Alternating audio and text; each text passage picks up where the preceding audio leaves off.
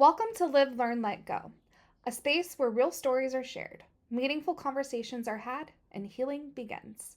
This channel is dedicated to inspiring others through honest discussions about life's challenges, personal growth, mental health, disabilities, resilience, and the incredible strength of the human spirit.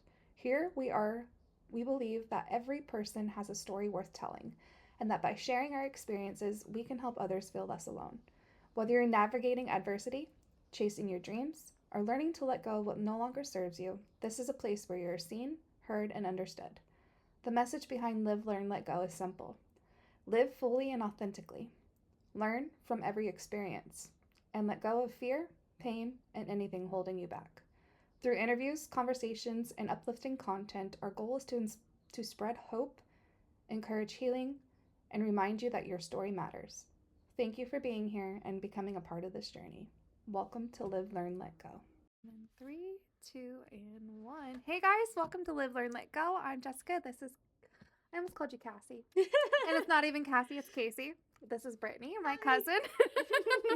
I am terrible with names. I always call everybody each other's names, and everybody in my family knows that by now, so I'm sorry about that. You just look at me, I know you're talking to me. This is Brittany. And she lives with being ADHD, has anxiety, depression, and bipolar type 2. Yep. So we're going to dive all into those questions, but we're going to start off with some warm-up questions to get to know you a little bit more as a person. Okay. So,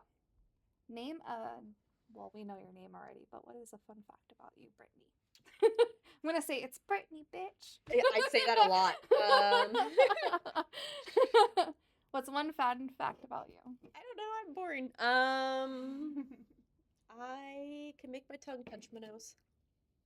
Look at that. That's like a fun fact. So many people say that and then they do it and they never actually make it happen. So my grandma could do it because she could take her teeth out. Oh. And your tongue is a muscle, so you can build that muscle. And I was bound and determined to get it done one day. And look at you go. It's not even that hard. So cute. I already know this because it's sitting right in front of you, but coffee or energy drinks? Coffee. And tell us about your coffee mug, because I know that you're sponsored by Amazon with this one. A fancy ass coffee mug that keeps your coffee hot. It's got a little charging base. And you link it to an app on your phone and you can keep it to whatever preferred temperature you want, up to 140 degrees. That's fancy. So I don't have to pop my coffee in the microwave every 5 minutes when I'm at home. Like your kids do with their chocolate milk. Yes. When we were in the hotel last night, every 5 minutes, someone was popping a hot chocolate milk in the thing of chocolate milk in the microwave. I'm like, really? A microwave chocolate milk? Okay. It started with hot chocolate, and then they wanted their milk hot, too. That's so sweet, though. I love that. At least they have a routine and something that's, just theirs. Yeah. Oh, that's so cute. But I will not be drinking hot milk. No. I mean, I guess a latte is kind of hot milk, but you got some espresso in there. Exactly. It's not as strong. It's stronger. They come by it honestly, I guess. Whatever kind I get in my cup is what I drink that day. Morning or night? Depends on the day, I guess. Some nights I'm a night owl because that's the only me time I get, and then my body doesn't let me sleep past 8 o'clock. So morning, I guess. Definitely morning. Even though I don't want to get up. What is your comfort show or movie? Pixar movies. Pixar movies? Yeah. Which one in particular? Is there anyone that you could watch and repeat and not get bored of? Well, now that my sons are addicted to Pixar movies too, they get old, but I really like Monsters, Inc., WALL-E, and Ratatouille. Those are three. Those are the most classic, the best ones of all. I am a huge Monsters, Inc. I'm fan. a child. Both of them were Sully for their first Halloweens. That's so cute. Current favorite song? It's called Sanity by, I don't know how to say their name. It's an AI song. It's okay, hold it up to the camera. People like this kind of stuff. She likes this song, whatever this song is called. It's called Sanity by Vortimus. I don't know how to say it. Whatever that is, we're going to watch it, listen to it now. It is an AI band, which kind of sucks. But they're still good and you like them. The lyrics are great. Exactly. That's all that matters. Yes. You're like, as long as I can connect to the lyrics, that's all that matters. What's your go-to comfort food? Pasta. What kind? Literally any. Any? Yeah. Like, do you usually go for like chicken just because it's comforting, or do you go for like a fish-based kind of like pasta because you don't make it at home? I guess more beef based. Oh. Like spaghettis, lasagnas. Okay. Hamburger helper. You consider You're that like, "What? pasta. I do. It's macaroni noodles. Exactly. It tastes like pasta. But yeah, I've had to retrain my body to eat pasta, so Yeah, that's we'll get kinda into sucked. that later why, but it's definitely been interesting to hear all about your ways of eating for now. Ooh, I don't know if you can answer this one because you have both, but dogs or Um, cats? I go back and forth, honestly. I have more dogs right now, just because that's what has happened, but cats Oh are my gosh, easier. I want you to go grab your little puppy and show her because she's so She's cute. kind of ugly right now. You have to. She's like, has got this little tiny teacup of a puppy. She's so cute. We won't show the bigger dogs, but This is Poppy. little, She's little tiny a dog. Shih Tzu that is in desperate need of a good grooming. You're so cute though. I love when they're kind of fuzzy But though. she is Oh now my on gosh. gabapentin, so Oh, we can for drug her up anxiety? and get her groomed. That is such a like. I take the same medicine that dogs take. Dogs take trazodone too. I take gabapentin, and I'm like, am I a dog? And that's why they gave me this shit because every time I don't hear about a human being on it, it's a dog. Yeah. And Well, I'm like, for humans, they use it a lot for nerve pain. I'm like, I don't have nerve pain. I just have yeah, anxiety. So anxiety. they're giving it to me for anxiety. Yep. It's That's weird how funny. some drugs have dual purposes. Is she like a that. lot more calm now that you have anxiety meds with her? So she only takes it as needed for the grooming. We're not to the point to where I feel like she needs to be on it all the time. Oh, good. But so she, just when she's got to go get clipped. Yeah. Right now, the vet said when you like touch her, she kind of like quinces up. Oh. And that's a form of anxiety in dogs. Yeah. And she said if she keeps doing that, and I feel like it's becoming a barrier for her, she would be on it normally then. But we're not there yet. She's just a baby. How often does she go to the groomers? Well, she needs to go every like 2-ish months. Oh, But okay. it's been a hot minute. That's why she looks so crazy right now. But she's so cute. What's one thing that always makes you laugh? My kids. Seriously, they're so crazy. funny. They're funny, they're crazy, and they say the darndest things. And I'm like, then what do they even mean by that? Sammy's on a kick where he says, "This is bullshit." And you can't help but laugh. And he's so tiny. And he uses it in the right context. Kids are wild. A hobby people wouldn't expect. I mean, I like to color. I'm a child at heart. I like to color, do crafty things, Aw, that's so cute. puzzles. When people see me and I tell them I listen to a lot of metal and heavy rock, they're like thrown off by it, especially when I had normal color hair. But that's another thing where people are like, "What? I wouldn't have put that with you." I'm like, "Yeah, you give me a mosh pit, I'm fine." Right? You're like, let me get out there. Okay. So who are you outside of your diagnoses? A mom. Besides a mom. And your work. It's hard to say. It's hard right now because that consumes so much of my time. Yeah. But What does your day-to-day life look like? Wake up, go to work. Most days I'm there all day because I work a lot of 12s now. And come home, go to bed. Oh my gosh. And then on days that I am off, since I'm away from them so much, I feel obligated to like, all right, let's go do stuff. Like, let's go to Chuck E. Cheese today. Let's go to the pool. Let's do all the things today. Yeah. And then I feel guilty because my house is a disaster. Or when I'm like, no, we can't go do these things today. I got things I need to get done. Then I feel guilty for not tending to them. Yeah. So, I mean, being a mom is my personality right now. And it's hard. Well, you got 5 of them you're Yeah. taking care of. Like, let's go through the rundown of how your kids range. Okay. From age range. So I have 3 stepkids. Mm-hmm. They are now 12, 13, and 14. 12-year-old boy, 13 and 14-year-old girls. Oof. I've been around since they were 2, 3, and 4. So almost 10 years. That's insane. And then with my husband, we have 2 boys together that are 5 and 3. My 5-year-old's almost 6 in July, so they're about 2.5 years apart. How has motherhood affected your mental health?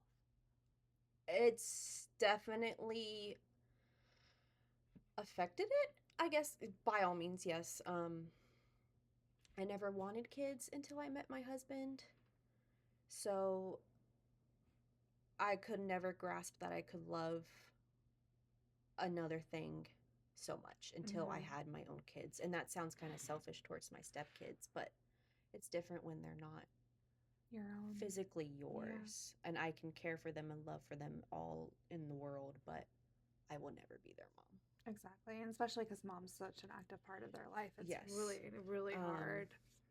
But it's definitely made me realize my flaws having kids. Like seeing my boys pick up on some of my habits, or having people call out that I'm doing something that I didn't realize I was doing.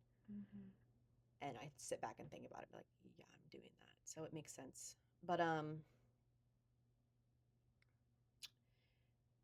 going back to the whole, I didn't know I could love someone so much. Like, Yeah.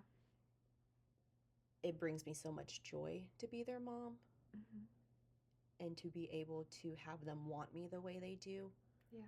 But it's so overwhelming and overstimulating at times. I bet. Especially my 5-year-old, because he was exclusively breastfed. Oh, man. So he was constantly on me. Yeah. And I was always overstimulated. Didn't want to be touched. Wasn't affectionate towards my husband at all. Like, man. I want me right now. You're like, leave me alone. So when my 3-year-old came along, and he could not latch, so I exclusively pumped for him. Yeah. And that was more freeing for me because I could hand him off to someone else. Yeah. As crazy as that sounds. No, it's not crazy. That's selfishly why I didn't breastfeed my daughters, because I'm like, I don't want to be the only one that can feed her. I want other people to feed her too. And with my 5-year-old, no one in my family had ever successfully breastfed, so I was bound and determined that this is what I'm going to do. Yeah. And it worked. Like, it worked great for us. And it created such a bond. But he is the definition of a titty baby now. You told me a little story the other day about a place that you guys go to. Yeah. Do you want to care to share? We went to, it's kind of like a Hooters. I don't know how big this chain is, but it's called Twin Peaks. I've heard of it. And it's a branch off of Hooters, like the same owners opened it, whatever. Yeah. Anyways, they wear low-cut shirts. They show off all the goods. Yep. And he was maybe one, not even one, when we went there. And we didn't know what it was. Like, we were just like, all right, let's go here to eat. And we get in there, boobs. And his eyes just lit up because he was a titty baby. And he was definitely the kid that, like, he would just walk over to me and, like, lift my shirt up and get on my boob. And so seeing a boob somewhere, he was like, I'm like, you can't have this. No, sorry, kiddo, not your milk. Oh, gosh. But when my 3-year-old came along, the fact that he wouldn't latch, it was a little devastating, but it also helped free my mind, because I'm like, okay, I don't have to take this whole burden myself. I can pump, and my husband can feed him. Yeah. He can get up at night with him, even though he worked third shift. But that's a whole other thing. But it wasn't all on me. Yeah. But I still feel guilty because, like, I never got that bond with Sammy. Yeah. That I did with Gabriel. And Sammy's the youngest, right? Yes, Sammy's the 3-year-old. And the last of the runt that you're ever going to have. Yes. How does that feel to be done It with babies? I was determined after we had Sammy that I was going to try again to have a girl, just so I could have a girl of my own. Yeah. But then I started losing my weight and focusing on me more. And I was like, I'm ready. I'm done. Like, I don't want to put my body back through all of that to defeat all the progress that I've made. Yeah. So, nor my sanity can handle doing all of that again. Like, was pregnancy really hard on your mental health? No, pregnancy was great. It was I had easy pregnancies. It was the afterwards. What about the after that made it so hard? I think with Gabriel, it was because he always wanted me. Like, nothing else would soothe him. I remember at the time I was working evenings at Walgreens, and Gabriel was like, 6, 7 weeks old. And Matt could not soothe him at all. And I came home and he had scratches all over his face from him freaking out and crying for hours. He was colic, and literally only me could calm him. So that took a huge toll of my mental health. Like, I love him so much, but I'm literally the only comfort he had for such a long time. That's so hard. So I put everything on me on the back burner for a long time. Especially when you're in the part of trying to get back on your own self. And Yeah. I'm sure that was hard because you made such good progress. And Yeah. then you have to go back on the back burner. And then you're just back and forth as a mom. Yep. And now that Sammy now is getting old, I mean, they're all getting older, but now that Sammy's getting more independent, I don't want to go backwards.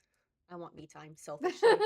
As you should. I want time with my husband again. Like, we just don't get the time like we used to. Yeah, with 5 kids, I'm sure it's extremely We're ready hard. to focus back on us eventually. So how do you guys, in the little bit of meantime that you guys do have, how do you squeeze time in for each other with 5 kids? Like, what do you guys do to spend time together? Lock the door and run away. That's the only thing you can do. Yeah. Do you make the olders have the littles, and then you just kind of have a little bit of time? We've had them babysit here and there for like an hour or two so we can go to dinner. Good. My mom helps a lot. Yeah. On weekends when we don't have the older 3 and they're at their mom's, help watch the boys so we can get alone time. Good. But like one thing we liked to do before we bought the house was we would go shooting all the time in his parents' backyard. Like, they own a bunch of property. Yeah. And I have not shot a gun since we bought the house. How long ago was that? 8 years. Oh, so it's just something we liked to do together that we don't get to do anymore. Yeah.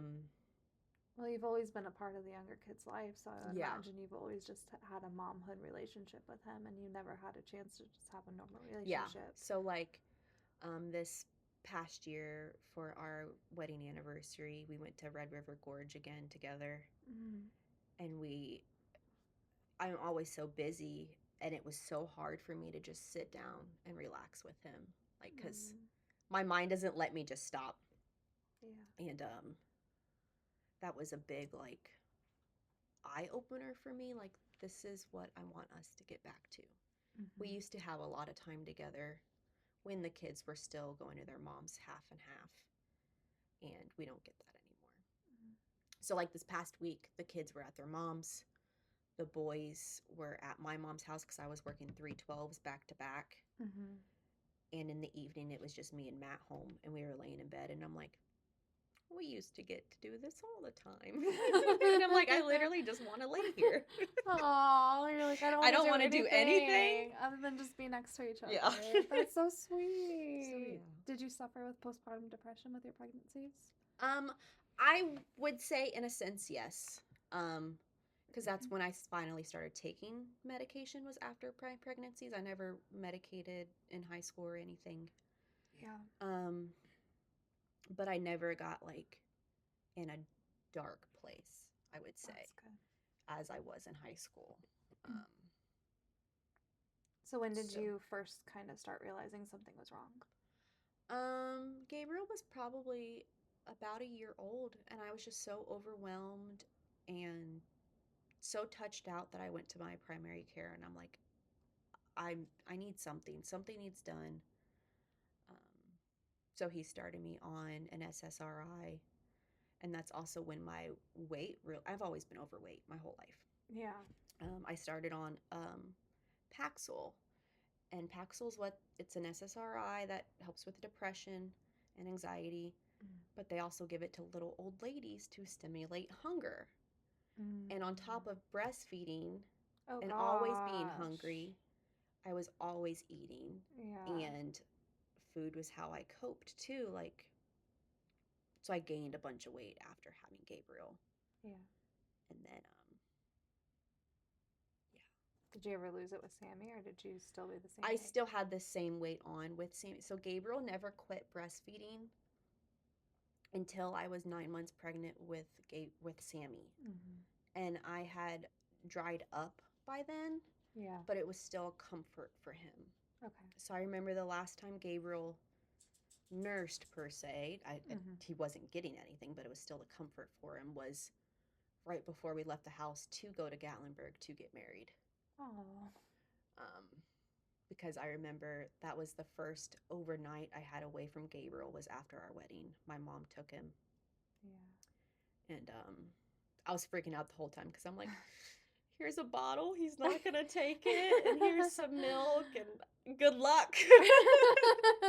And he did fine. He took the bottle, and then he just didn't try to nurse again after that. I think mentally he wanted to, but I think by then he knew, like, my baby brother's coming.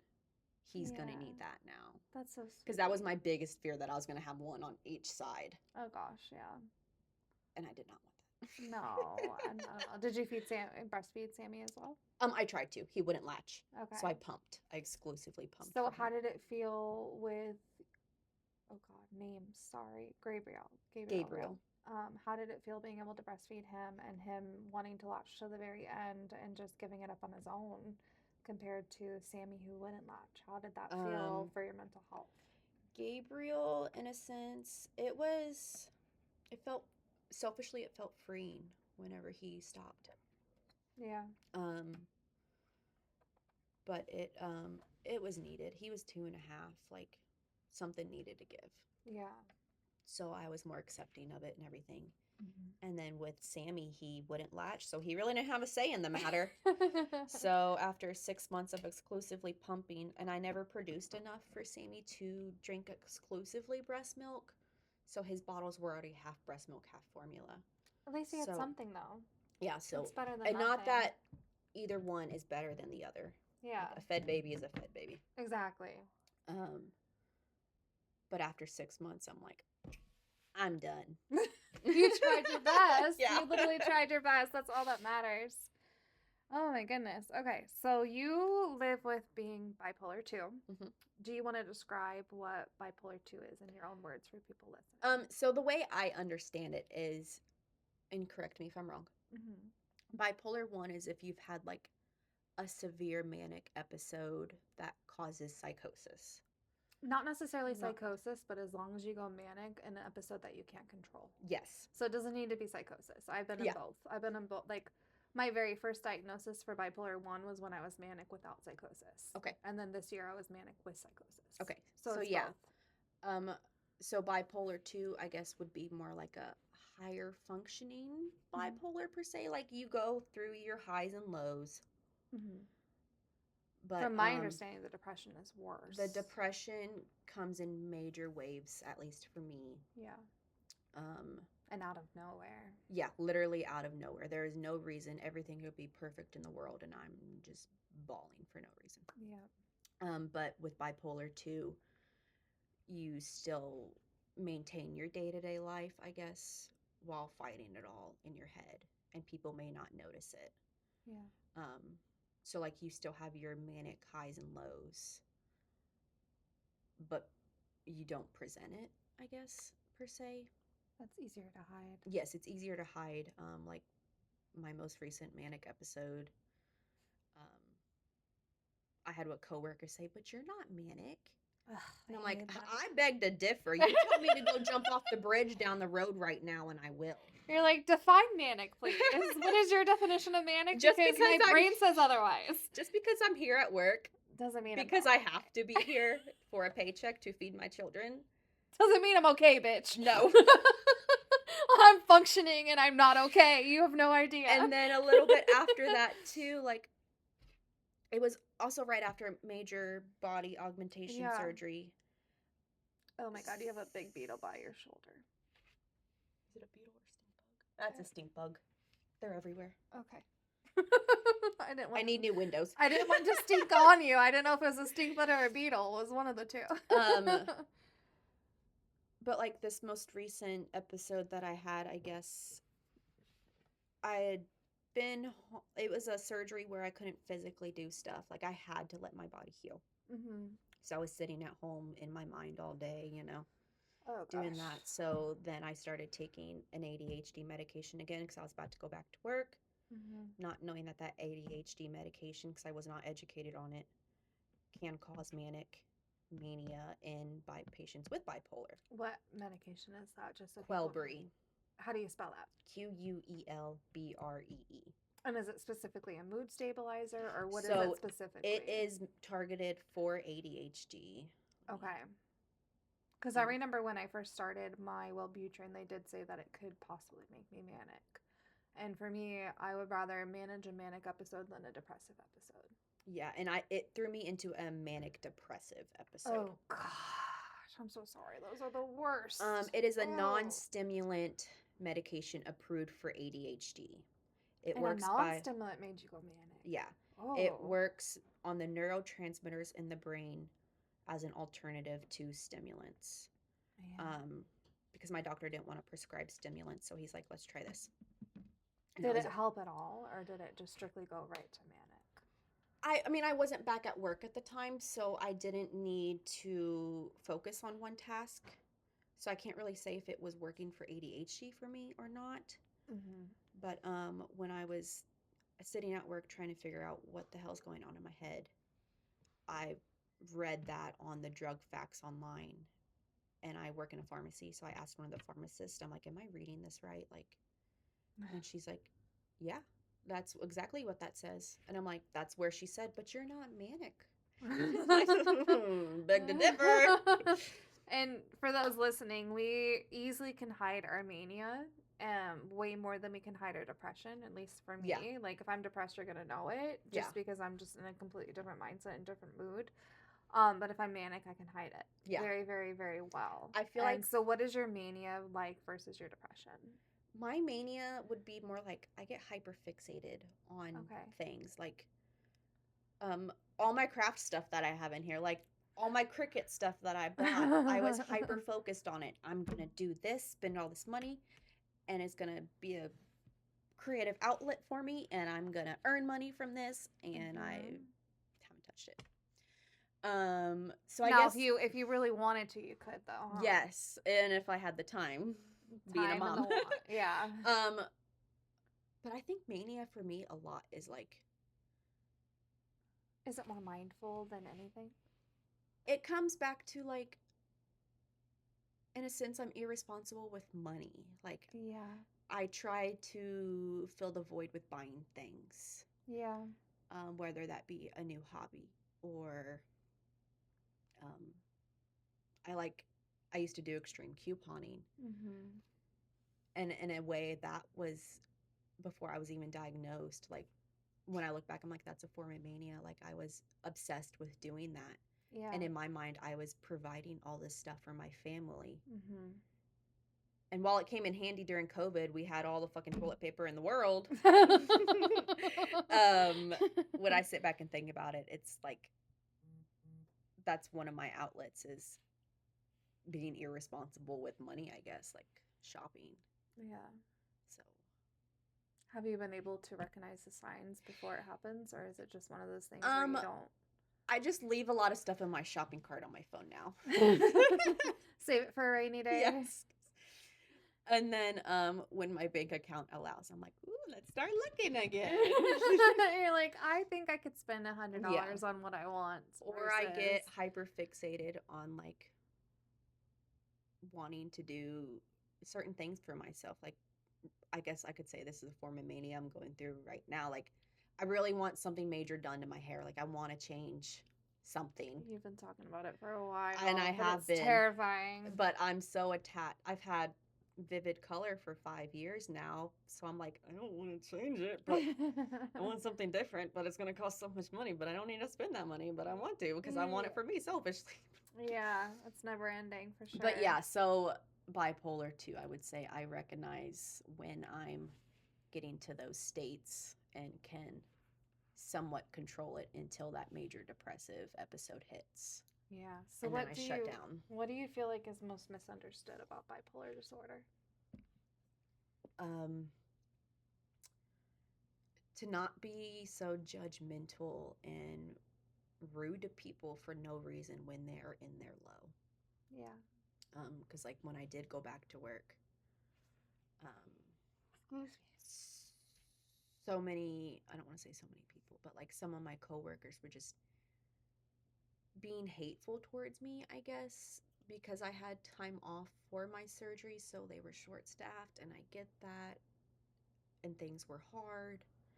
And then I came back and was in a manic episode because of the medication that I was on, and they just No. okay, and It they just goes to sleep. wanted to just judge me and point fingers, and like I felt like I was being attacked Yeah. because even though I just had time off, I still needed more time to fix my mind at this point. And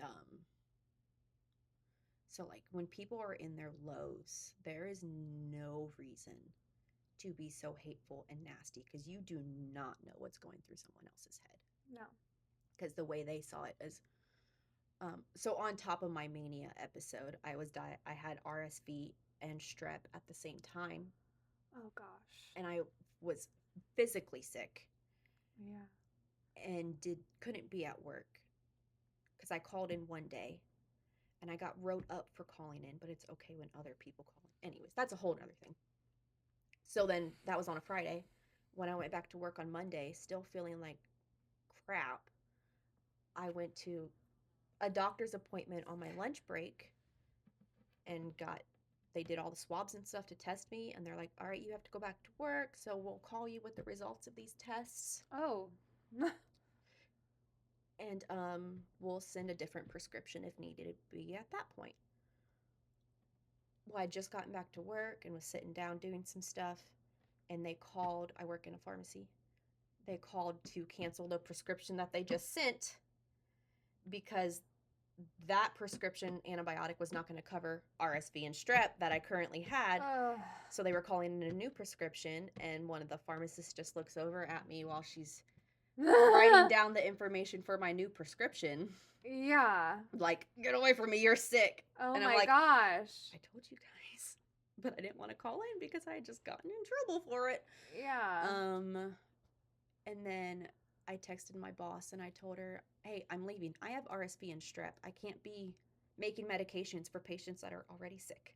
That are going to be taking them. Yes, that goes right into their bloodstream. So it'll make them you're, even sicker. You're actively dispensing them and counting them. If I'm correct, Yes. so let's explain a little bit about what you do for a living. Okay, so that day, I work in a hospital pharmacy. Yes, I'm a pharmacy technician. Mm-hmm. Some days I'm filling prescriptions, counting pills. You know how everyone visions pharmacy technicians. Yeah. But in a hospital pharmacy, I also compound IV medications. Oh gosh. So I'll take like the diluents, mix up the powders, put it in an IV bag, and ship it to wherever it needs to go in the hospital. Yeah. And so that's done in a sterile environment. It is more sterile than an OR room. Yeah. So me being sick and doing that kind of counteracts what you're even trying to do to begin with. Yes. But anyways, that was my job that day. Did they care that you told them that, or were they mad? Well, everyone was still pissed off that I called in that Friday before. So everyone was already like pointing fingers at me that day. And so when they found out that I was leaving because I was physically sick, I texted my boss and told her I was leaving. And she was out on her lunch break and she rushed to get back because she had to write me up for calling in Friday, and I had to sign all that paperwork before I could leave for that day. And then because I was sick and we didn't know how long it would take me to feel better, she's like, you're taking the whole week off. Oh no. And I didn't have PTO because I had just gotten back from surgery. Yeah. So that time was unpaid time off. That saying she forced me to take that time off sounds a little excessive, but she told me, you're taking the week off. It wasn't an option, pretty much. Yeah, it wasn't an option. I think she's really aware of people's mental health, I guess, in a say. Yeah. So the fact that when I went back to work and felt like I was being so targeted, and by her too, I felt like I was being attacked, especially when she wrote me up for being sick. I was literally like, fuck this place. I'm done. Yeah. because everyone was out to get me. And then while I was off for that week, because that was on a Monday, by Thursday I felt better. Physically, like the actual sickness, not the Right. mania.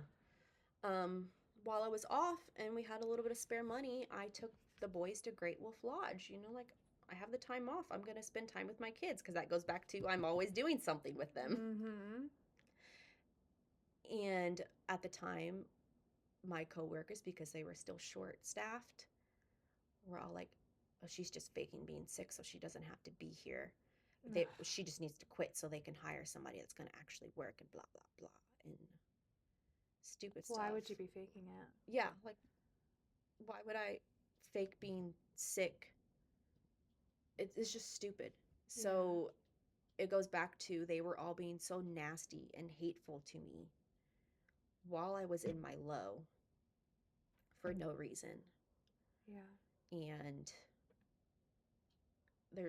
they literally did not know the story. Like, my boss isn't going to tell them, oh, I made her take the week off. No. They're not going to Nor say did that. they know that I got wrote up for calling in a day until I told them all. Yeah. But yet other people call in or are late all the time and don't get in trouble. So I felt like I was being attacked by her because she did it after one call in. Mm-hmm. But yeah, people just need to not jump to conclusions, which is very hard to do if you've never been in a state of low or a high, because you never know what's going on in someone's mind. Like, the best thing you can do is try to be understanding. Yeah. And don't jump the gun to be so nasty to people for no reason. That's hard. Yeah. I'm so sorry. I feel like I rambled a lot for that question. No, it's okay because in my mind, it's bringing awareness to people who have had to call in for mental health days and are struggling through it. And you went through that for multiple different reasons. So it's bringing awareness to that. And I'm sure that's making other people feel less alone in the fact that they struggle with work and stuff as well. So I don't mind that. And even during that time too, I was looking up ways to like get mental health days off of work because once I read all that, I realized I was in a manic episode. Yeah. And but it came back to I need my job. I have to provide for my family. Mm-hmm. But I need time off to fix my mind right now. Yeah. Or I can't provide for my family. And it felt like everyone at work was attacking me because like I had already had time off for a surgery and I needed more time off. It's not their business though. No. But I'm literally an open book. So if they would have just asked me, I would tell them like. How do you feel now being at work? Now that it's been a little bit. I've had a few cries in my boss's office, invented some stuff. Yeah. And like I said, she's really aware of other people's feelings too, which has been a huge help. Yeah. Between coworkers, like she's a manager that manages. Yeah. And not just like our old boss was just like a coworker, like he wouldn't lay his foot down. Mm-hmm. And I guess she told me this last time I broke down in her office, she told me she had a huge talk with, because we do morning huddles where we talk about what's happening for the day. But during one of those huddles, she told me she pretty much told people that if you're going to be hateful to your coworkers or talk about people, I don't want you on my team. Yeah. And I guess that was a clicker for some people, I guess. Like, while I mean, I'm sure they still talk shit about me, but they're not doing it at work. At least not to your face. Not to my face either. But I would rather them do it to my face so I can tell them my story. Right. But it's not like you're just running around telling your story, only if it's asked. Yeah. That's hard. So it's better. And I guess it's just like we can be friends at work type situation. I don't have to be friends with you outside of here, but there is no reason for you to be mean and hateful to me at work when I am doing my job. Exactly. Just because I have other priorities outside of work, and to me, work is my calm. I work in a hospital, so you think it would be chaos for an average person, but to me, work is my calm. Yeah. So just because I come to work and I'm not like busting my ass every fucking second of every day doesn't mean I don't do my job. Mm-hmm. I have other priorities outside of work, and I'm sorry that these other people don't have those priorities. Mm-hmm. So work is their life. Yeah. So you can bust your ass every single day. But you can only give your energy And so I much. can only give my energy so much, per se. But I still get the same job done that you do. Yeah. So don't disrespect me and hate on me Exactly. because I'm texting my husband trying to figure out what's going on with the kids tonight. Yeah. Or I'm sitting down for a 5-minute brain break and you can just keep going. It's just, it's silly things. Like sometimes you need that 5-minute brain break to just feel so much better. And it feels so clicky sometimes. And I'm like, we're not in middle school. Like, yeah. Grow up. Exactly. How does your ADHD affect your work abilities? So it goes back to some days I'm like, all right, this is a list of shit I'm getting done today, and I'm gonna boom, boom, boom, boom, boom. And then other days I'm like so scatterbrained that I'm like, oh, let me fill these couple prescriptions, and then my mind wanders elsewhere. Oh, I hate that. And then I'm like, oh shit, I'm at work. I need to be working. But I still get the job done. What's the most frustrating part of your ADHD? I think it's when I get hyper focused on something, I guess. And I don't realize it. Yeah. But my mind still goes a million miles a second, whether I'm on medicine or not. So ADHD, just the medication helps me prioritize those things in my mind rather than being like, oh God, I got to do this, and this, and just being overwhelmed by it. So it makes me more functioning in a way, I guess. More productive. What's the funniest part of having ADHD? I act like a child. In what ways? I'm such a child at heart. I think it really plays into my personality is my quirkiness that I get, or my sense of humor and stuff like that. Like, I fucking love SpongeBob because I'm such a child, and I can quote. I have a SpongeBob quote for pretty much every conversation I have in my life. Give me one now. I'm ready. You're ready and ready to tell your story. Yeah. So we talked a little bit about ADHD. We talked about your bipolar. What about your depression? How does that affect your life?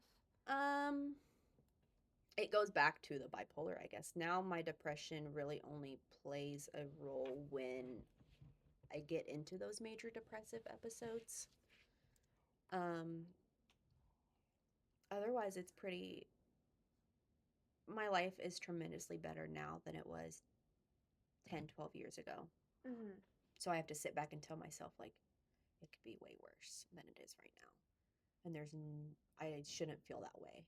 Yeah. Because I've had it harder than I do right now. So it only really affects me is when I'm in those manic lows, per se. It's hard that you get both. You get the manic while you're low. So what does that typically feel like for you? It goes back to the, if you're going to tell me to jump off a fucking bridge, I'm going to do it. But I'm not just going to go do it. Like... Yeah, you're going to overthink I have everything. reason. Yeah. I can reason with it in my mind.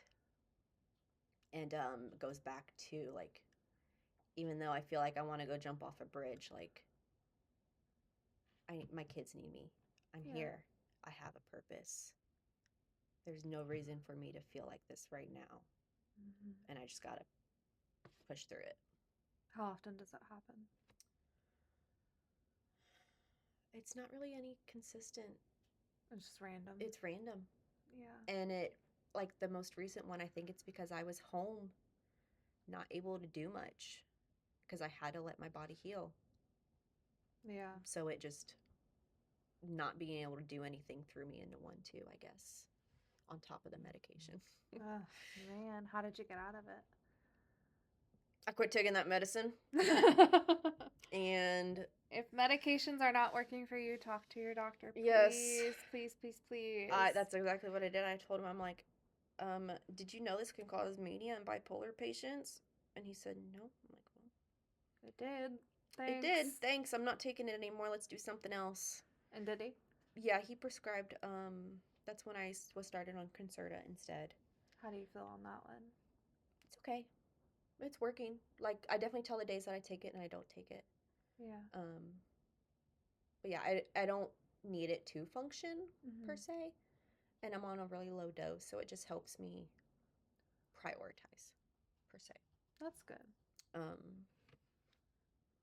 yeah, Hmm. I had another thought, but it What's the hardest part of functioning through depression? um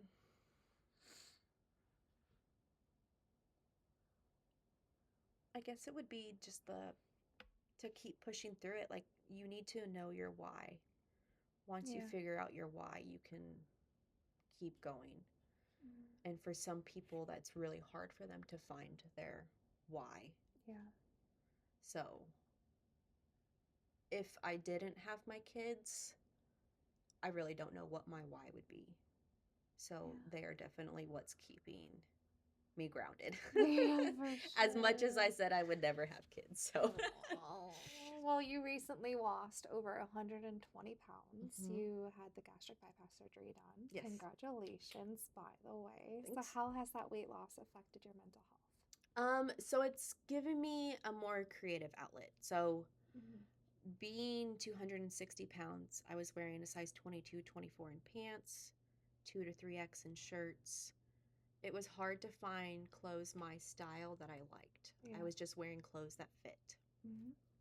So after losing the weight, I've had to, like, I love that I could walk in any store now and find clothes that fit me. Yeah. So I'm still trying to, like, find my style, but it's like a creative outlet for me now, like something to do It's not a that's dread. easier. Yes. I used to dread going clothes shopping, Yeah. but now I'm like, ooh, let's go. You're like, what store are we going to? I bet you I can find something. Yeah. What does my budget need to But be? I still go back to I've been in that boat. Like, I know how hard it is to find things that you feel good in. Yeah. So the fact that I can go anywhere and find stuff that feels good on me is the biggest plus out of all of it. Oh. So did it improve things or make them more complicated emotionally? It definitely improved in a sense. My coping mechanism used to be food. Mm. And now my body doesn't allow me to eat a giant Pyrex bowl of spaghetti when I want to. Yeah. But now I have to, You can, but just in a limitation. it will take me all day to eat half that bowl of spaghetti. Well, you know what? At least you could still have the spaghetti, girl, okay? You could still have the spaghetti. You lost so much weight. But I've just had to find other coping mechanisms, and social media is a big one for me now. Like, Yeah. it gives me something to do, a creative outlet. How does it feel putting yourself out there on social media? I don't mind it. Like, I'm an open book. Yeah. Same. I just don't have the time to pour into it that I want to, being so busy. So You need a work from home job, and I I've guarantee been you, we won't trying. see enough of you on the internet from then on out. We I've haven't been seen trying. enough of you now. We need to see more of you because all your stuff that you put out there is so like inspiring about Thank your you. weight loss and your surgery. And I not only did you have weight loss surgery done and you lost 120 pounds done, you had, I can't pronounce it for the life of me, but you had skin removal surgery as It's okay. So essentially, it's like a tummy tuck. It's Mhm. called a panelectomy. Okay. So the lower half of your stomach is called, your skin on your stomach is called a panis, Mm-hmm. and not penis. Panis. Panis? Yes. Okay. So it's a panelectomy. Ectomy is removal. So they are removing that skin strictly. Mm-hmm. As with a tummy tuck, you're getting muscle repair. Okay. And that's more of the cosmetics of it. Yeah. And so they literally just removed the excess skin on my stomach. Is it more or less complicated than a plastic surgery procedure? It is less complicated because the hardest part of a tummy tuck is when you have a deep muscle stitch in your stomach, it's really painful and hard to heal. Because when I had my gastric bypass, I had 1 to 2 stitches done because they had to break through the muscle wall to get to your stomach. Yeah. So going through that pain with just those few little stitches that I had was terrible. So I couldn't imagine having a full-blown tummy tuck where your whole lower body is getting muscle repair. Yeah. That sounds so painful. But I had myself scared prior going into it because I was like, all these people take forever to recover. They're walking with walkers. It's like going to be like terrible for 2-3 months. But it honestly, my healing was very linear there. Like it went smoothly. Didn't have any complications. The hardest part for me was the stupid drains that you have. And how long did you have them for? I had both of them for a week. Mm-hmm. This one came out after a week, and then this one I had for 4 weeks. Oh gosh. And it was like it came to the point to where my surgeon was like, "Okay, we got to take it out and just let your body do what it's going to do at this point." Shit.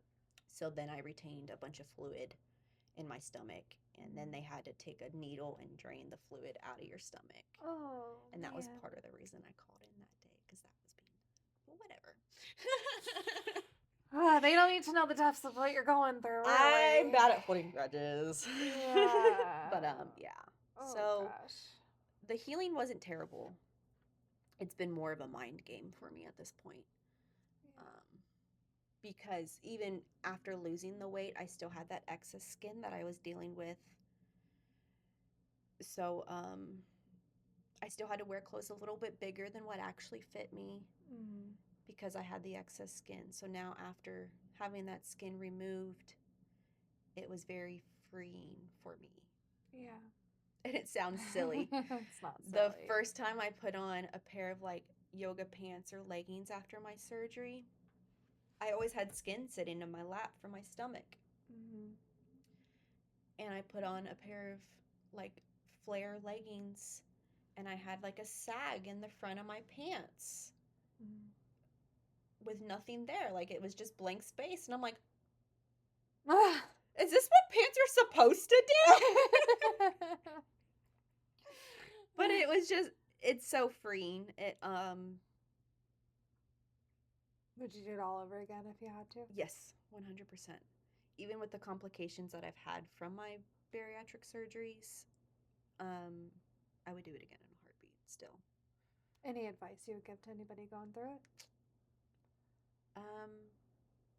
If you're thinking about doing it, do it. Yeah. It is life-changing.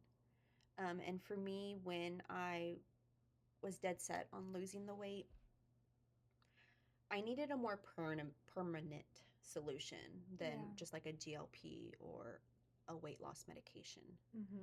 Because I knew once I stopped taking those and I would have those hunger cues again, I would just turn back to eating that giant bowl of spaghetti.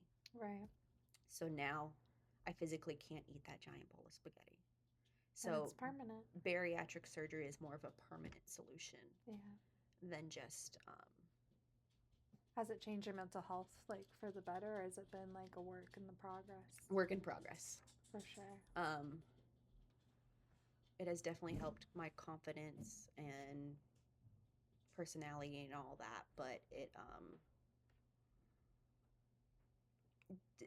losing weight is not a fix-all. No. Like you think it was. No.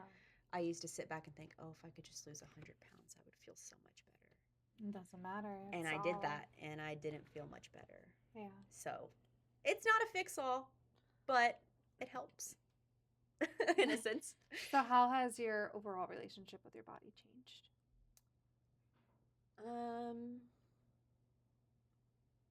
I will say, like, before I ever had my kids, I just hated my body. Like, in high school, would abuse my body. Like, I used to cut in high school. Yeah.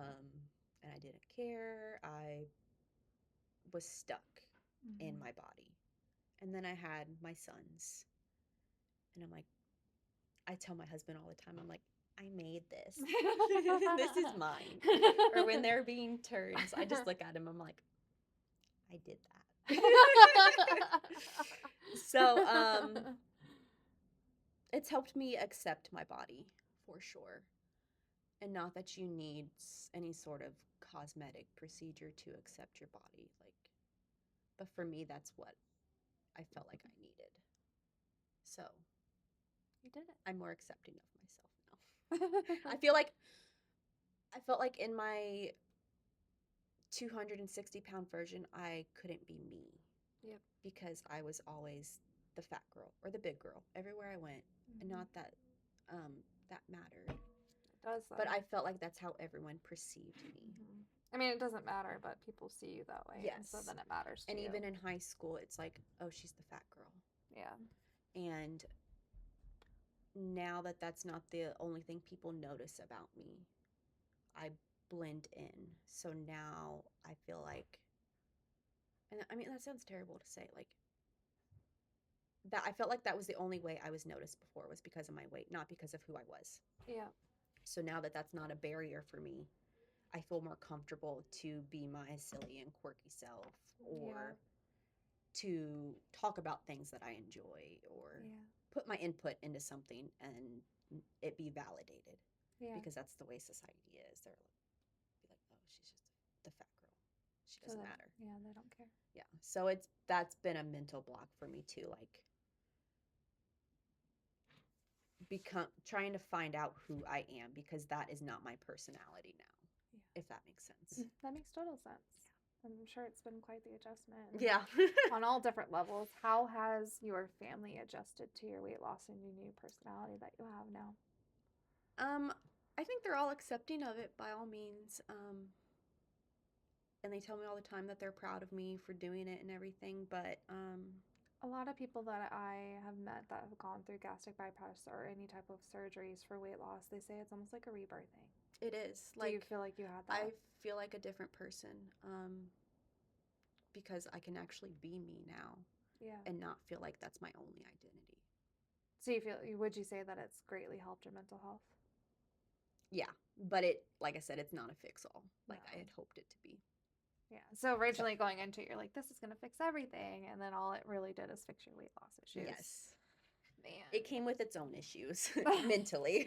It's like you signed up for all of these things, but then you get these things with it. But these things are going away, but you get these things. Yeah. And you're like, I'll take these over stuff for other things. Right. But these things that you get with this thing and making these go away, it's almost like it's better. Yeah. It's a good trade-off than the vice versa. I would do it over again still to this day. I'm so proud of you. What makes you feel supported? I guess just my family. My husband and my kids, like I said, they're my why. So when I start to feel upset or in a low or something, it always comes back to them. So I just gotta keep going. What do you do to keep going? I just do it. And you're like, Nike, just do it. You just gotta do the damn thing. Someone sponsor her and give her some Nike shoes, and she'll be just doing it all around I the tell town myself, of Indiana. When I'm feeling very quirky, I'll be like, all right, it's Brittany, bitch. Let's get this shit done. Seriously, because you just sometimes have to. You have to pep talk yourself. You have to do whatever you have to do to get through those moments, because they are so hard, and a lot of people don't They don't understand that if we don't push through those moments, they are completely debilitating. Yeah. Like, they leave us in bed, they leave us on the couch, they leave us from not wanting to do what we want to do. And we often look like we're lazy and just don't want to do stuff, Yeah. but it's not that. Like, we want to do deep down everything inside of us. We want to do everything. We want to function like normal human beings, but we can't. Yeah. It's like completely impossible sometimes. Yeah. And I think that's part of my problem now. Why, like, now that I'm healed, I don't want to slow down and stop and potentially go back into one of those depressive episodes because I'm not keeping myself busy. Yeah. So it's hard for me to be like, you're allowed to just sit here today. Yeah. So It's hard. And I'm sure because of the fact that you've lost all this weight, you feel like you constantly have to maintain your energy and maintain doing something instead of sitting around. And a big barrier for me was like while I was actively losing the weight, it sounds silly to not silly to say, but like going to the gym helped me mentally a lot Good. because it was Yeah. a way for me, like I would put on my headphones, blare my heavy metal, and just go to town. Yep. And I need to get back to that to not only rebuild the muscle that I have lost, but to get those anger and frustration out in a healthy way. Yeah. Because it's not good to keep it all bottled up. No. And I'm sure, and everybody has it, and it's just how you have an outlet for Yeah. it. And if you don't have an outlet for your anger and your bottled upness, then it literally just stays there. Yeah. And you have nothing to do Until with it. It just piles on, and then you just Yeah, until I go through a explode. rage episode and I start throwing shit. And then you're just like, no, I didn't want to do that. Like, why did this happen? No. So my husband tells me all the time, he's like, you need to go to the gym. And I'm like, no, fuck, I don't. And now you're like, I need you guys to listen. And I wouldn't get like this. You're like, I don't want it to have to be the gym. I just want people to listen at home so that way the gym can be a healthy outlet and not an outlet of necessity. Yes. Oh, man. So, what is the hardest part of every single thing that you live with that your people in your inner circle wouldn't know that they don't see? Because we always have things we tell people, you know what I mean? Yeah. But there's often things we don't tell people. So what's something you don't tell people that's the hardest part? I guess just communicating when I'm feeling in my lows. Yeah. I just You let don't it- want to progress that on. I don't want anyone to have to fix me. Like, this is me. I gotta do it. Yeah. And it's hard to open up to like my husband or something, and it shouldn't be when I'm in a low. Like, I guess just accepting that I need help in that moment is hard. How often does it take you to find the strength to get the help in the moment when you need it? Is it often days, weeks, hours? It really just depends on how things are going. Sometimes I'm quick to be like, hey, I need to sleep in tomorrow. Like, I need a little bit of a break. Mhm. But then there's times where, like, this most recent episode that I went through, like, I straight up told my husband, I'm like, after like a week or two of dealing with it, I was like, I'm about to go check myself in somewhere. Like, I don't know what to do. Yeah. So it really just differs. Did you got out of that moment? You never checked yourself in? No, I What did you do to get out of that headspace? That's a very common thing to feel like, you know what, let me just go to the hospital and be the hospital's problem instead of my family's problem. I just, like I said, I quit taking that medicine, put my big girl pants on, and things progressively started getting a little bit better and better. How long did that window last before it got better? Probably about 2-3 weeks, Ugh, give or it's the take. worst, yeah. It was I'm sure it felt like it was the longest. gradual, and it wasn't a fast, like a, all right, we're done. It was a, I had to get over it in myself first. I often describe being bipolar as like a build a bridge and get over it, but you're often stuck on the middle of the bridge because you don't know what the heck you have to get over. Yeah. And they're like, just get over it, move on. And you're like, okay, I wish I could, but I'm stuck here. Yeah. And you can't describe into words why you're stuck. Yes, and this most recent one, I'm like, there, literally nothing was wrong. Like, my husband is supportive. Our bills are paid. My kids are happy and healthy. And I'm employed. And everything is going okay. Like, so why do I feel like this? Mm-hmm. And I couldn't figure it out. And then when I found out about that medicine, I was like, So what medications are you on now, and how often do you take them? now I'm on Celexa, 40 milligram every day. Mm-hmm. I take Lamictal, 100 milligrams. I'm supposed to take 50 milligrams twice a day, but I'm terrible at that, so I just take 100 milligrams once a day Do you take it at night or during the day? at night. Yeah. And then I take the Concerta in the morning. And that one's for ADHD, right? Yes. Okay. And then I also have Atarax or hydroxyzine um, For sleep?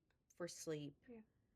And then I do have Buspar for when I need it, but I don't feel like it does a whole lot. So Is that I don't for really anxiety? anxiety? Okay. Yeah. See, So I'm like, I'm surprised I know all these medications off the top of my head. those are all my psych cocktails. The wonderful cocktail that you wish was just a regular cocktail that would get you fucked up, but these ones make you normal. Yeah, pretty much. And I can definitely tell if I haven't taken one of them for a day or two. And it's insane how in tune you are with your body after you start taking medications that are like specifically set When for you your realize mental something health. is working and then you don't have it, you're like, oh yeah, I need that. And then, but you realize how, like, and sometimes when you go through that process of like, oh yeah, I need that, you realize there could be better. Yes. So then you're constantly wondering, like, okay, I feel great now, but what could be better? Yeah. Oh my gosh. You shared so much in the short little amount of time. Well, I have one final question.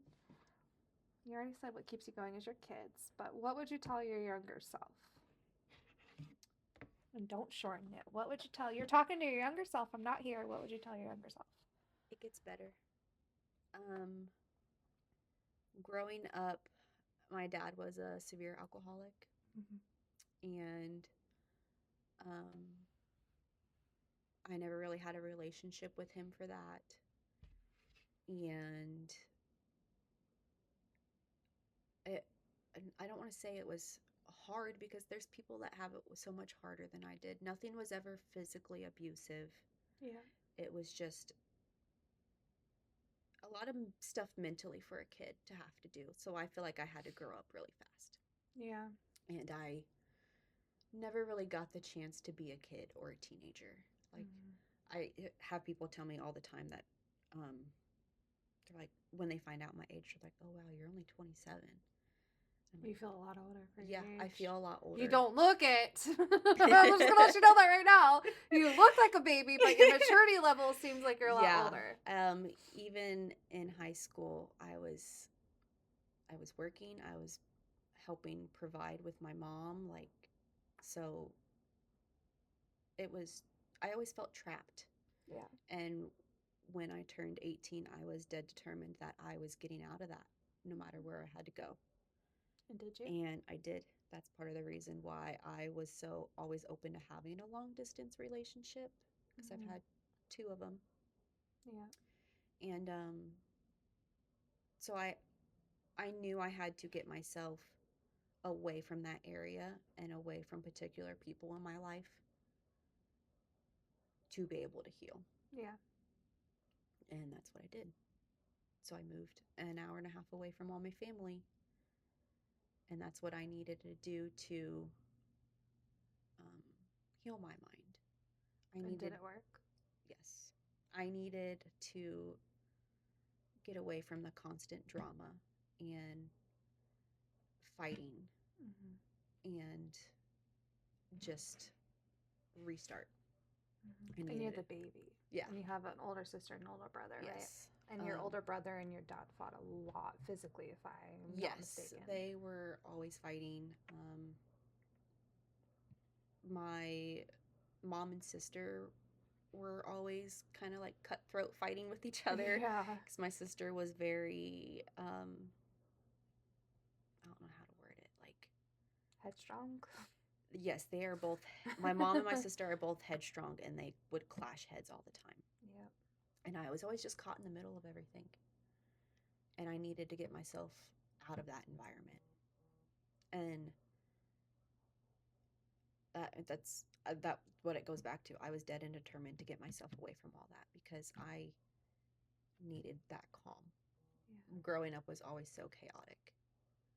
And I remember like my senior year, my mom was going through a party phase, and my sister had moved out at that point, and my brother, he's always in his party phase. um, Yep. but That's okay. That's okay for some people. I lived in a house with a bunch of grown ass adults that wanted to act like 16-year-olds. And I was the only one while being in high school and working that was like being the adult. So it was Yeah. always expected for me to be the adult in every situation. That's hard. And I wanted to get myself out of that. So that's why I'm like so relaxed with my kids in a sense. Like, I don't want them to have to grow up Before they have to. before they have to. Yeah. And like my stepdaughter, she's like, oh, as soon as I turn 15, I'm getting a job and blah, blah, blah. And I'm like, good luck. like, no, you're not. Be a kid, please. Yeah, exactly. But don't be a stupid kid. Yeah. Be a good kid. Be a good kid. You don't have to grow up No. as fast as I did. I don't want anyone to have to do that. How old would you say when you really had to grow up for the first time? How old were you? I really don't know. Like, it was always... Is it always something you always knew? I always had to be older than I was, I guess, per se. And even whenever I was really little, I would always want to be around the adults, not the kids. Yeah. So I guess I always had somewhat of a mature mindset. But yeah, I don't really know of a time where it was like I could just be a kid, per se. Yeah. I always have had responsibilities and expectations because my mom she couldn't have expectations, or not that she couldn't have expectations, like she put so much energy into trying to correct my brother. And a little bit with my sister. Like, my sister definitely was not as bad as my brother behavior-wise. That I was just always kind of on the back burner, and I had to worry about me. So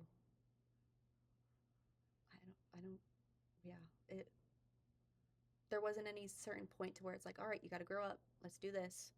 It was just that was always my expectation. As far back as you can remember. Yeah.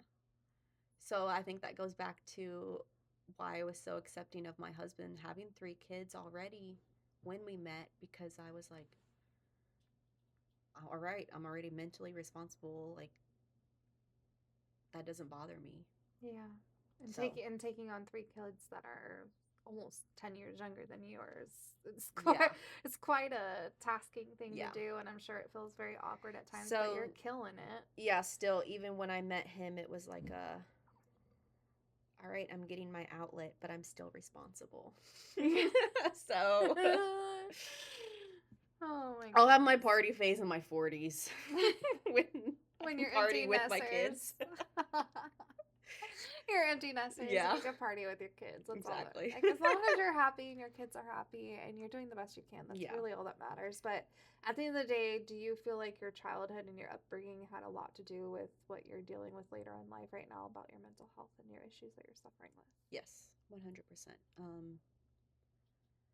And it goes back to my mind still plays games with me where I'm like, yeah, that was traumatic when I sit back and think about it. But then I go back to, there's people that have it a hell of a lot worse than I did. Yeah. So why do I get to feel that way, per se? Like, I always had food and a house for the most part. We did lose our house my senior year, and I was couch hopping for a bit. But, oh gosh. It was, I didn't have to worry about when am I going to eat again. Yeah. So I feel like when I sit back and think about some things, I'm like, yeah, that was traumatic. That's why I am this way. But at least it wasn't But I this. can't validate that it's okay for me to feel that way because people have it worse. Yeah. So it's still something I have to tell myself is okay. Well, you're so empathetic for thinking of other Yes. people and what they're going through and how they're living and everything like that. Yeah. Like, that's one quality that often bipolar people have, is very, very empathetic. Yeah. And do you feel like being empathetic affects your daily life? Yeah, because it like what I was just going through at work, like I felt like no one had empathy for me in those situations. So I felt like I was being attacked. Ugh, And so hard. now that I'm out of that state of mind, I just, like I told my boss, I'm like, there was no reason for people to treat me that way. No. Because they didn't know what I was going through. All they needed to do And was that's what ask. it comes back to is I will never directly put a person down. Yeah. Because that doesn't do anything for me. Mm-mm. It'll just make me feel like a terrible person. Exactly. So I'm not going to downgrade and make you feel like less of a human because no one gets anything out of that. Yeah. So I just wish other people had more empathy. It's not a thing you can teach, unfortunately. No. It's just something you have or you don't have. Exactly. And I do wish a lot more people had it, because I feel like the world might be a little bit better of a place if we could teach it somehow. But Yes. it's just not one of those things we could teach in school or college or anything. No. You just you have it or you don't. Yep. Come by it honestly. Oh my goodness. Well, you have shared so many things with us so far, but I want to leave the final floor to you. Is there anything you want to say to anybody who's struggling with anything that we've talked about, or just words of advice, whatever you'd like to say to close things off? It's all yours. I guess it goes back to being a mom. Like, you can't be there for your kids if you're not there for yourself. Yeah. And that's so hard when you're a mom. It's so hard. And I still struggle to find me time. So, like, you need to find some way to be there for yourself because you can't keep showing up on an empty cup. Yeah. And it is okay to ask for help. Like, it doesn't make you weaker. It doesn't No. make you a bad mom. It doesn't make you anything other than human. Yeah. And it took me a while to get there. Like, because there for a while with Gabriel, I was his only comfort. And I was so mentally drained. So now I'm like, I can't let myself get back to that. Yeah. So now it's like, you have to set boundaries for yourself. Exactly. So, like, while he wants to be up my butt 24/7 still, I'll walk in the bathroom to go pee and he's right there. And I'm like, dude. Yeah. I'm just going pee. Give me 5 minutes. Go away. Yeah. So set those boundaries for yourself. It doesn't take and much. Accept that it is okay to ask for help and get those few moments that you need to recoup. It's important. And be you. Well, you've definitely have lived through a lot. And it seems like you've learned through a lot of these kind of things that you've lived through. What's something you can let go of that's been holding you back?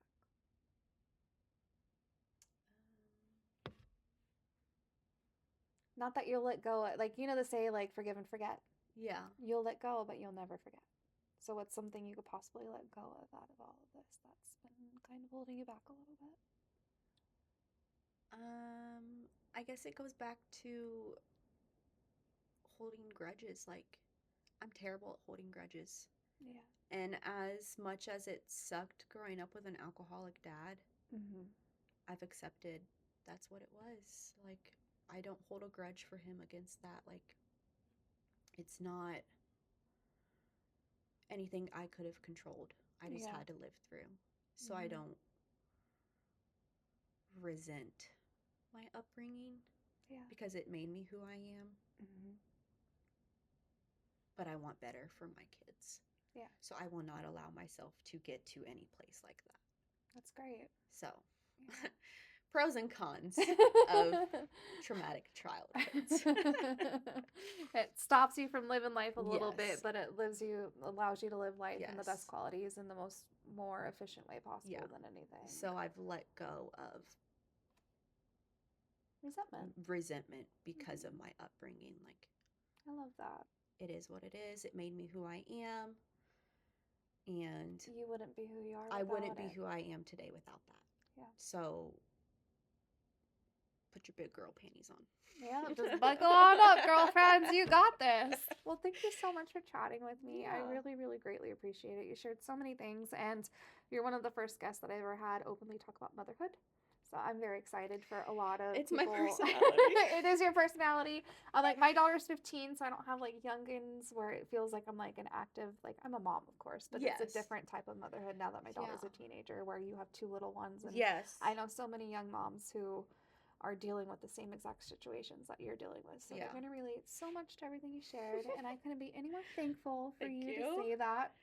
But And- for now, I'll let everybody know. Anything else you want to say? I feel like I was about to cut you off. No, I don't think so. I'm an open book. You are So such an I will open literally book. talk about anything. Yeah, we'll have you back. Next time I come out into town, I'll do another sit down with everybody, and we'll just do like a part 2 of like how the heck you doing after We everything. could do some family healing time amongst Right? siblings. I'm just gonna become the family therapist. I'm the podcaster, but I'm just the family therapist. And then we're all going to throw fists when we're done because that's what we do. Right, but with boxing gloves, because apparently Cassie's husband has boxing gloves, and he was out boxing earlier today. So yeah. I think we all just need to box our aggression. We definitely squared up to my dad a few times. Oh, well, you gotta do what you gotta do sometimes. You know what? I'm sure he's thankful of it in a weird way. I'm sure he's gonna look at this and laugh. I'm sure. It's reality. It is what it is. He's a great dad. He's a great dad at the end of the day. We got through it. He got through it. He's still a great dad. He's a great human being. But at the end of the day, people have addictions. And it doesn't mean that your dad is that person who he was when he was addicted. No. It just means he was addicted to certain things and he struggled and now he's overcome it. Yeah. And whether he still falls back sometimes with his addictions, it's always going to be an addiction. But he's much stronger of a human being than he's ever been now. Yeah. And I don't think he wouldn't be where he's at without you kids. Yeah, exactly. And that goes back to addiction runs in my family. So I just know, like, I can't do certain things to let myself get there. Exactly. Because I know my why. It's in our blood. Yeah. Definitely Literally. in our blood. For sure. I've had my own share of struggles with addiction. I've definitely been an alcoholic back in my days, but now I drink more socially and I can control it way more than I've ever been. I'll have drinks on every time I'm on camera just because it's what I do. It's not like I'm on camera 24/7 and I'm drinking beers 24/7. There's a difference between drinking to help you relax and it being a crutch. I need this to function. Mm-hmm. So. Exactly. Well, I just need coffee to function. Right? And is your coffee still warm with that cup? No, my cup died. Oh no! We were talking for like 40 minutes and your coffee is now cold. We need to stop on the way to the airport because I'm heading to Connecticut back tonight from Indiana. It hasn't been long enough, but now I know what all this area entails and I'll have to make a longer trip next time. Yep. We'll have to get some coffee on the way to the airport. We need an afternoon. If we have time. Well, we got some time. It's only 6:50. Okay, we have plenty of time, so we'll grab a coffee on the way to the airport. Beautiful.